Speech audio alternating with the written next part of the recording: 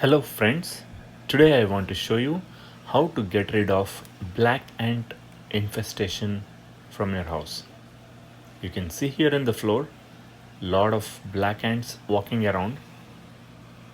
Every day they walk in the same path. I've been trying to get rid of them, by wiping them or swiping them uh, or vacuuming them. It has not worked. So I got this ant bait from our local pest control store, and that's what I'm going to use.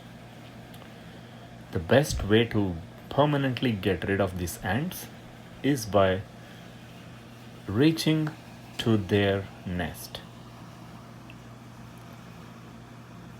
So how this ant bait works is that you see the ants are already coming to eat this bait. Looks like they like its taste. So within a few minutes, you should see more ants coming and start eating, trying to take a bite of the bait. So they'll take it back to the nest, share it with their friends and other larvae and the queen that's in the nest, and that will kill them too. So you'll need to leave this on the floor at least for a week or two. Within 2 weeks, you should have all the ants in the nest killed, and it should get rid of this infestation inside the house. You can see ants one by one slowly coming and starting to nibble at this bait. You should see some more.